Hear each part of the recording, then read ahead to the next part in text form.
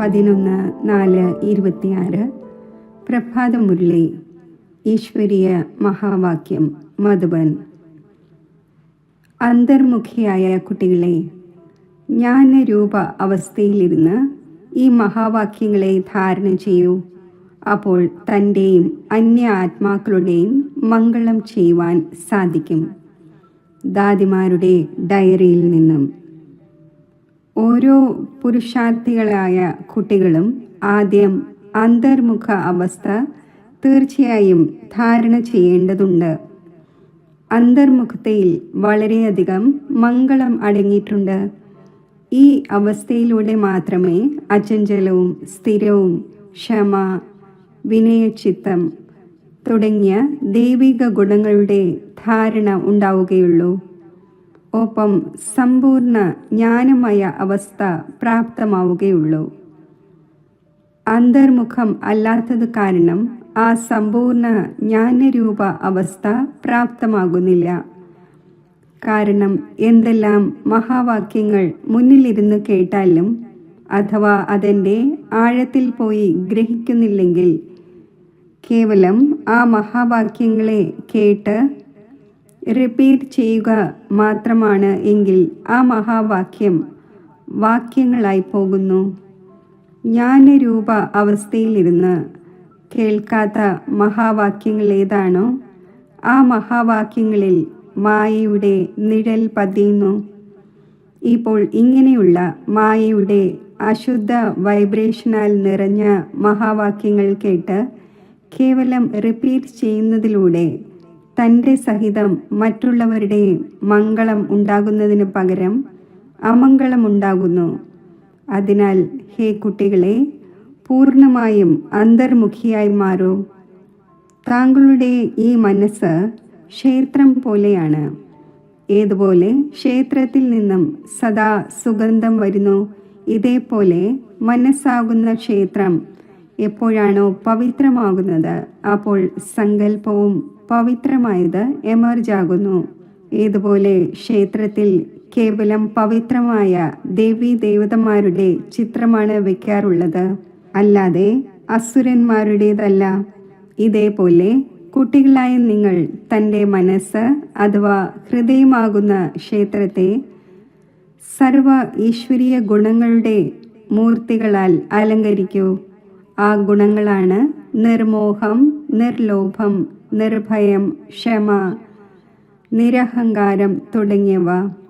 കാരണം ഇവയെല്ലാം നിങ്ങളുടെ തന്നെ ദിവ്യ ലക്ഷണമാണ്.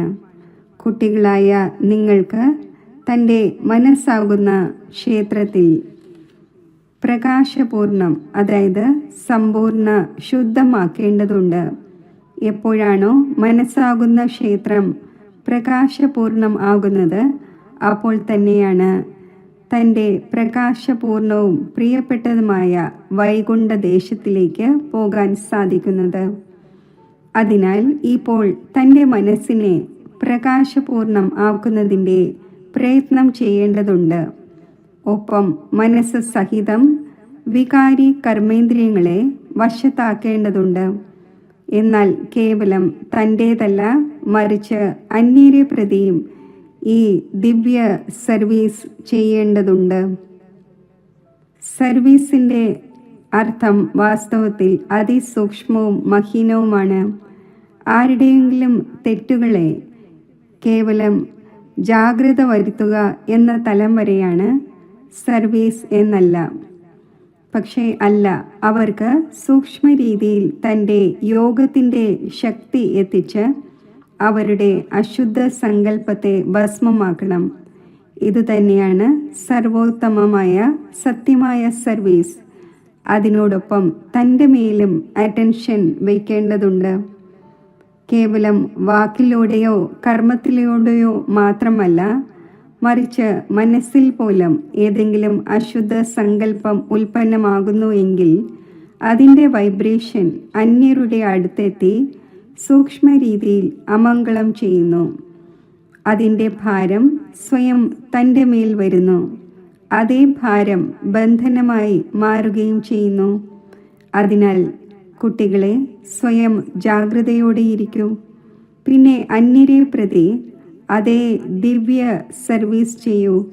ഇതാണ് സേവാധാരികളായ കുട്ടികളായ നിങ്ങളുടെ അലൗകിക കർത്തവ്യം. ഇങ്ങനെയുള്ള സർവീസ് ചെയ്യുന്ന കുട്ടികൾ പിന്നെ തന്നെ പ്രതി യാതൊരു സർവീസും സ്വീകരിക്കേണ്ടതില്ല. എപ്പോഴെങ്കിലും അവിചാരിതമായി ഏതെങ്കിലും തെറ്റ് സംഭവിച്ചാൽ പോലും അതിനെ തൻ്റെ ബുദ്ധിയോഗ ബലം കൊണ്ട് സദാകാലത്തേക്ക് കറക്റ്റ് ചെയ്യണം. ഇങ്ങനെയുള്ള തീവ്ര പുരുഷാർത്ഥികൾ ഒരൽപ്പം സൂചന ലഭിക്കുന്നതിലൂടെ വേഗം തിരിച്ചറിഞ്ഞ് പരിവർത്തനപ്പെടുത്തുന്നു. ഭാവിയിലേക്ക് വേണ്ടി നല്ല രീതിയിൽ അറ്റൻഷൻ വെച്ച് നടക്കുന്നു. ഇത് തന്നെയാണ് വിശാല ബുദ്ധികളായ കുട്ടികളുടെ കർത്തവ്യം. ഹേ എൻ്റെ പ്രാണനായവരെ, പരമാത്മാവിലൂടെ രചിക്കപ്പെട്ട ഈ അവിനാശി രാജസ്വ ജ്ഞാനയജ്ഞത്തെ പ്രതി ശരീരവും മനസ്സും ധനവും കൊണ്ട് സമ്പൂർണ്ണ രീതിയിൽ സ്വാഹ ചെയ്യുന്നതിൻ്റെ രഹസ്യം വളരെ മഹീനമാണ്. ഞാൻ ശരീരവും മനസ്സും ധനവും സഹിതം യജ്ഞത്തിൽ സ്വാഹ ചെയ്ത്, അതായത് അർപ്പണമായി മരിച്ചു കഴിഞ്ഞു എന്ന് ഏത് നിമിഷമാണോ താങ്കൾ പറയുന്നത്, ആ നിമിഷം മുതൽ തൻ്റേതായ യാതൊന്നും അവശേഷിക്കുന്നില്ല. അതിലും ആദ്യം ശരീരത്തെയും മനസ്സിനെയും സമ്പൂർണ്ണ രീതിയിൽ സർവീസിൽ വിനിയോഗിക്കണം. സർവ്വതും യജ്ഞത്തെ പ്രതി അഥവാ പരമാത്മാവിനെ പ്രതി ആണെന്നിരിക്കെ പിന്നെ തന്നെ പ്രതി യാതൊന്നും അവശേഷിക്കുക സാധ്യമല്ല. ധനവും വ്യർത്ഥമായി പാഴാക്കാൻ സാധിക്കില്ല. മനസ്സും അശുദ്ധ സങ്കല്പങ്ങളുടെയോ വികൽപ്പങ്ങളുടെയോ നേർക്ക് ഓടുക സാധ്യമല്ല.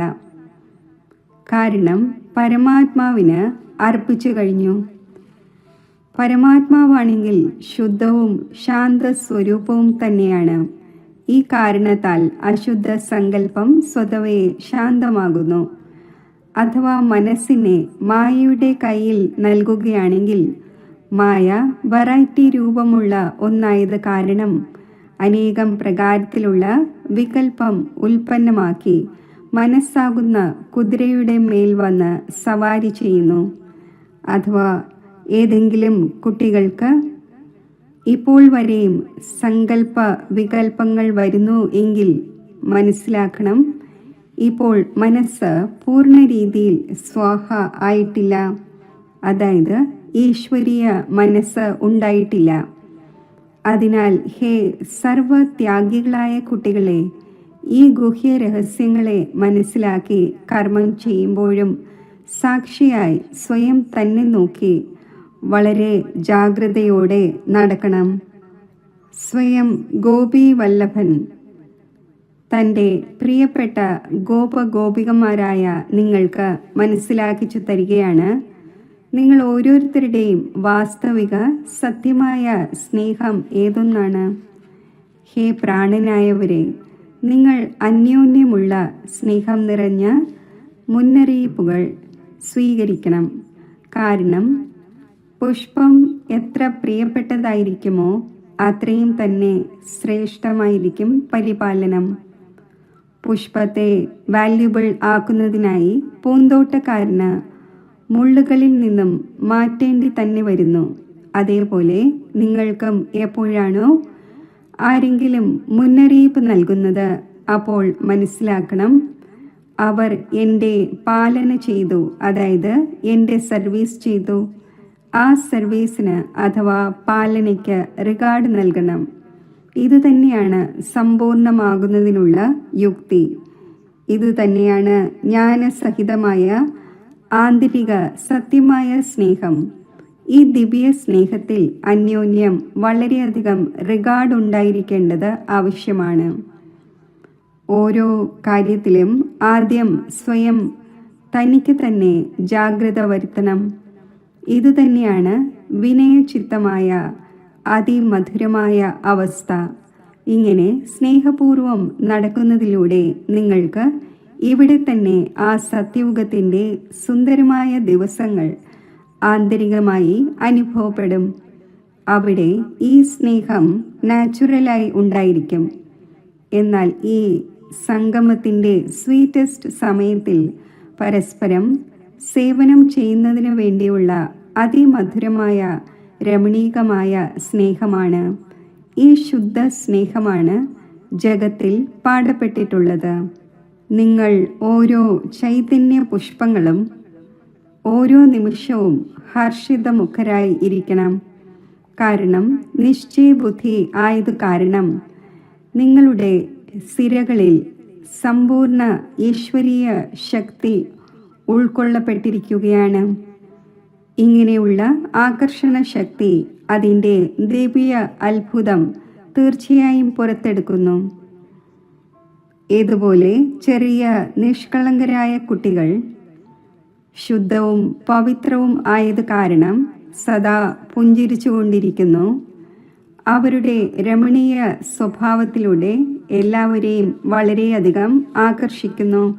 അതേപോലെ നിങ്ങൾ ഓരോരുത്തരുടേതും ഇങ്ങനെയുള്ള ഈശ്വരീയ രമണീയ ജീവിതം ആയിരിക്കണം.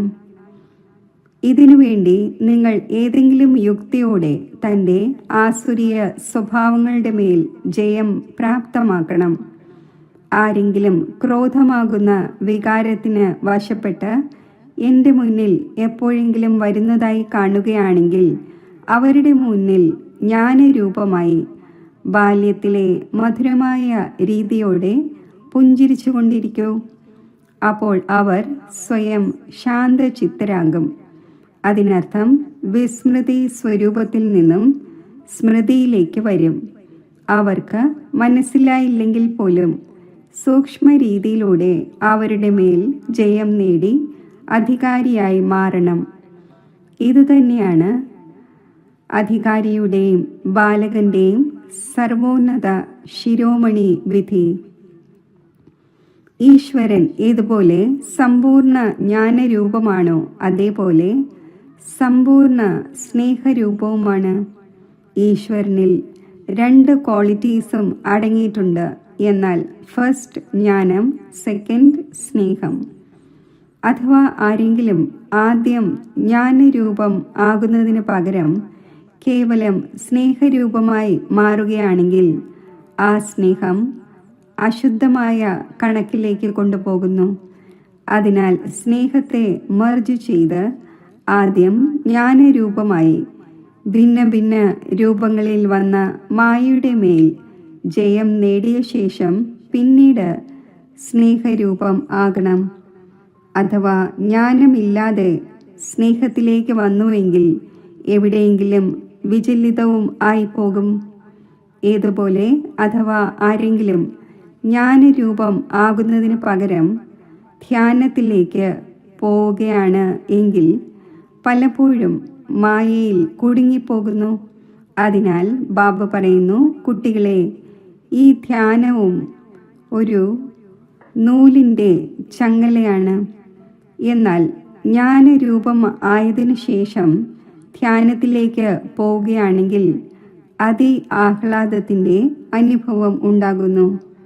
അതിനാൽ ആദ്യമാണ് ജ്ഞാനം, പിന്നീടാണ് ധ്യാനം. ധ്യാനനിഷ്ഠമായ അവസ്ഥയേക്കാൾ ജ്ഞാനനിഷ്ഠമായ അവസ്ഥയാണ് ശ്രേഷ്ഠം. അതിനാൽ ഹേ കുട്ടികളെ, ആദ്യം ജ്ഞാനരൂപമായി പിന്നെ സ്നേഹം എമർജ് ചെയ്യണം. ജ്ഞാനമില്ലാതെ കേവലം സ്നേഹം എന്നത് ഈ പുരുഷാർത്ഥി ജീവിതത്തിൽ വിഘ്നം ഇടുന്നു.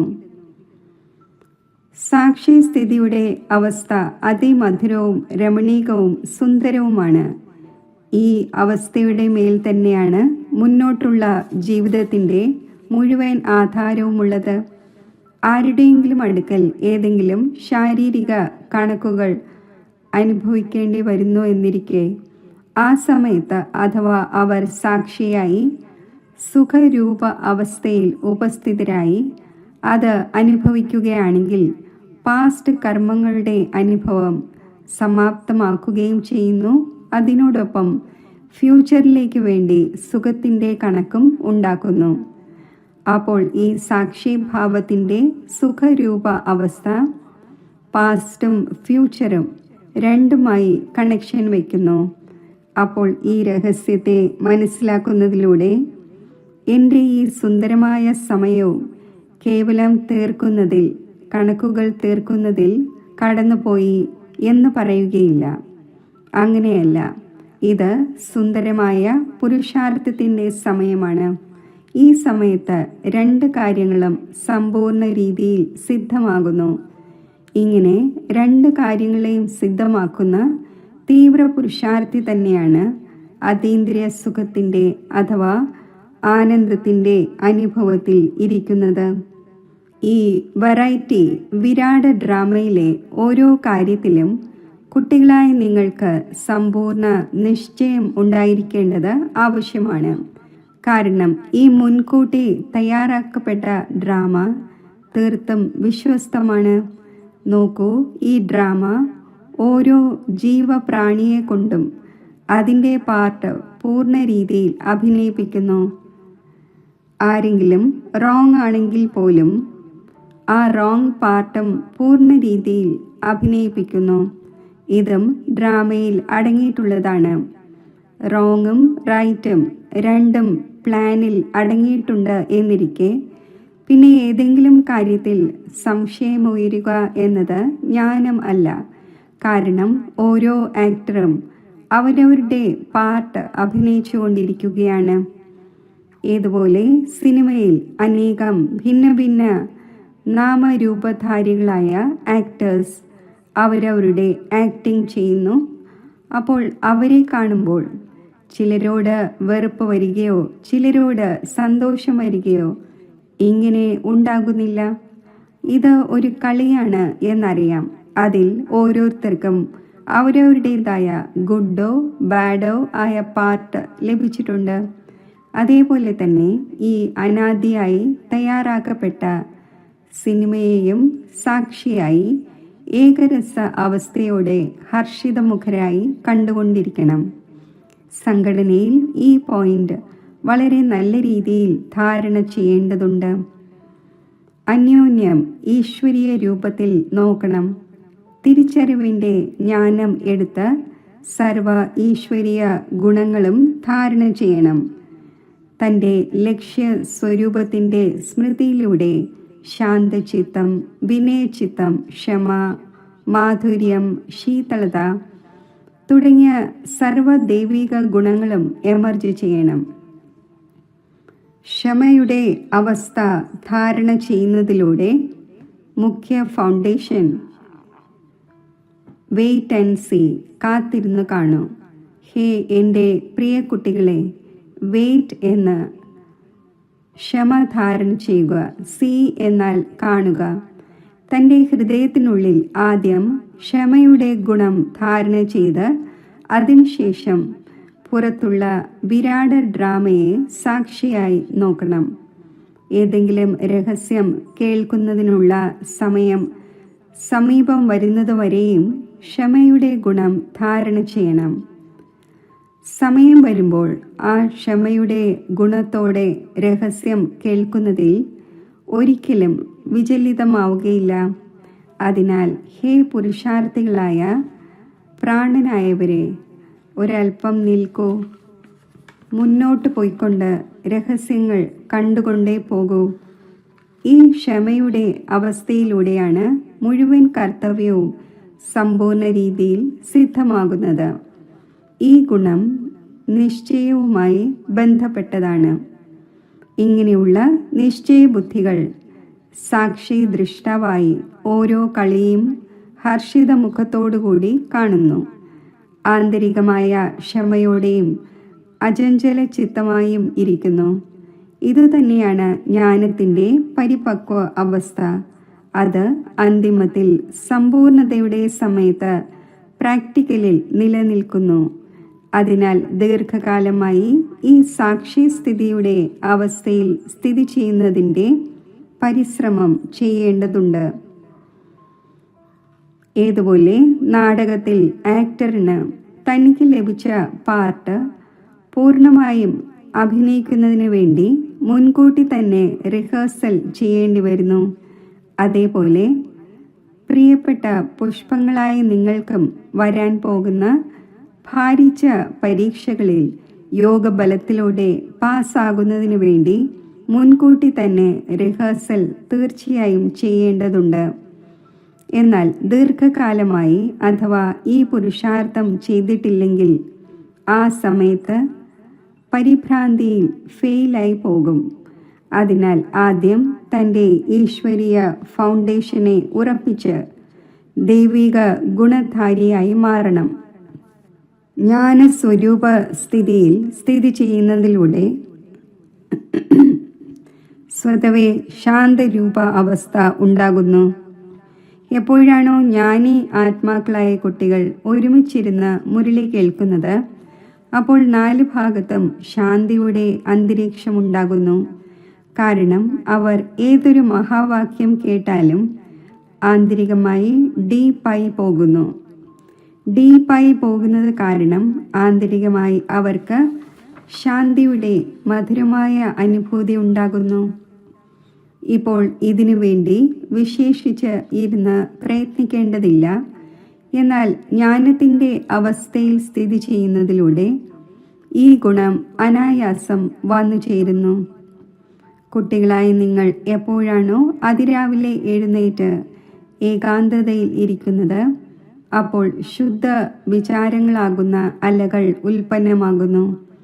ആ സമയത്ത് വളരെയധികം ഉപരാമ അവസ്ഥ ഉണ്ടായിരിക്കേണ്ടത് ആവശ്യമാണ്. പിന്നെ തൻ്റെ നിജമായ ശുദ്ധ സങ്കല്പത്തിൽ സ്ഥിതി ചെയ്യുന്നതിലൂടെ മറ്റെല്ലാ സങ്കല്പങ്ങളും സ്വതവേ തന്നെ ശാന്തമാകും. മനസ്സ് നിർസങ്കല്പമാകും. കാരണം മനസ്സിനെ വശത്താക്കുന്നതിന് വേണ്ടിയും ഏതെങ്കിലും ശക്തി തീർച്ചയായും ആവശ്യമാണ്. അതിനാൽ ആദ്യം തൻ്റെ ലക്ഷ്യസ്വരൂപത്തിൻ്റെ ശുദ്ധ സങ്കല്പം ധാരണ ചെയ്യൂ. എപ്പോഴാണോ ആന്തരിക ബുദ്ധിയോഗം നിയമമനുസരിച്ച് ആകുന്നത്, അപ്പോൾ നിങ്ങളുടെ ഈ നിർസങ്കല്പ അവസ്ഥ സ്വതവേ ഉണ്ടാകും. ശരി. മധുരമധുരമായ ജ്ഞാനത്തിൻ്റെ പൂങ്കാവനമായ ജ്ഞാന നക്ഷത്രങ്ങൾക്ക് സ്നേഹസ്മരണകൾ. Good morning. നമസ്തേ. ധാരണയ്ക്കുള്ള മുഖ്യസാരം: തൻ്റെ ലക്ഷ്യസ്വരൂപത്തിൻ്റെ സ്മൃതിയിലൂടെ ശാന്തചിത്തം, വിനയചിത്തം, ക്ഷമ, മാധുര്യം, ശീതളത തുടങ്ങിയ സർവ ദൈവിക ഗുണവും ധാരണ ചെയ്യണം. നിശ്ചയബുദ്ധിയും സാക്ഷി ദൃഷ്ടാവുമായി ഈ കളിയെ ഹർഷിത മുഖത്തോടെ കണ്ടുകൊണ്ട് ആന്തരിക ക്ഷമയോടെയും അചഞ്ചല ചിത്തരായും ഇരിക്കണം. ദീർഘകാലമായി ഈ സാക്ഷ്യസ്ഥിതിയുടെ അവസ്ഥയിൽ സ്ഥിതി ചെയ്യുന്നതിൻ്റെ പുരുഷാർത്ഥം ചെയ്യണം. വരദാനം: ഒരേ ഒരു വഴിയും ഒന്നിനോട് ബന്ധവും നിലനിർത്തുന്ന സമ്പൂർണ്ണ ഫരിസ്തയായി ഭവിക്കട്ടെ. നിരാകാരത്തിലൂടെയോ സാകാര രൂപത്തിലൂടെയോ ബുദ്ധിയുടെ കൂട്ട് അഥവാ ബന്ധം ഒരു ബാബയുമായി ഉറച്ചതായിരിക്കട്ടെ. അപ്പോൾ ഫരിഷ്തയായി മാറും. ആരുടെ സർവസംബന്ധങ്ങളും അഥവാ സർവബന്ധങ്ങളും ഒന്നിനോടൊപ്പമുണ്ടോ അവർ തന്നെയാണ് സദാ ഫരിഷ്തകൾ. ഏതുപോലെ ഗവൺമെൻറ് വഴിയിൽ ബോർഡ് വയ്ക്കുന്നു, ഈ വഴി ബ്ലോക്കാണ് എന്ന്. ഇതേപോലെ എല്ലാ വഴികളും ബ്ലോക്ക് ചെയ്യൂ അഥവാ അടയ്ക്കൂ. അപ്പോൾ ബുദ്ധിയുടെ അലഞ്ഞുതിരിയൽ ഒഴിവാകും. ബാപ്ദാദയുടെ ആജ്ഞ ഇതാണ്: ആദ്യം എല്ലാ വഴികളും അടയ്ക്കൂ. ഇതിലൂടെ സഹജമായി ഫരിഷ്തയായി മാറും. സ്ലോഗൻ: സദാ സേവനത്തിൻ്റെ ഉന്മേഷത്തിലും ഉത്സാഹത്തിലും ഇരിക്കണം. ഇതുതന്നെയാണ് മായയിൽ നിന്നുള്ള സേഫ്റ്റിയുടെ ഉപാധി. അവ്യക്ത സൂചന: മഹാൻ ആകുന്നതിനു വേണ്ടി മധുരതയുടെയും വിനയത്തിൻ്റെയും ഗുണം ധാരണ ചെയ്യൂ. താങ്കളുടെ വാക്കും സ്വരൂപവും രണ്ടും ഒപ്പം ആയിരിക്കണം. വാക്കുകൾ സ്പഷ്ടവുമായിരിക്കണം, അതിൽ സ്നേഹവും ഉണ്ടായിരിക്കണം, വിനയവും മധുരതയും ഉണ്ടാകണം, സത്യതയും ഉണ്ടാകണം. എന്നാൽ സ്വരൂപത്തിൻ്റെ വിനയവും ഉണ്ടായിരിക്കണം. ഈ രൂപത്തിലൂടെ ബാബയെ പ്രത്യക്ഷമാക്കാൻ സാധിക്കും. നിർഭയരായിരിക്കണം, എന്നാൽ വാക്കുകൾ മര്യാദയ്ക്കുള്ളിലായിരിക്കണം. എപ്പോഴാണോ ഈ രണ്ട് കാര്യങ്ങളുടെയും ബാലൻസ് ഉണ്ടാകുന്നത്, അപ്പോൾ അത്ഭുതം കാണപ്പെടും. പിന്നെ താങ്കളുടെ വാക്കുകൾ കഠിനമായല്ല, മധുരമായി തോന്നും. ഓം ശാന്തി.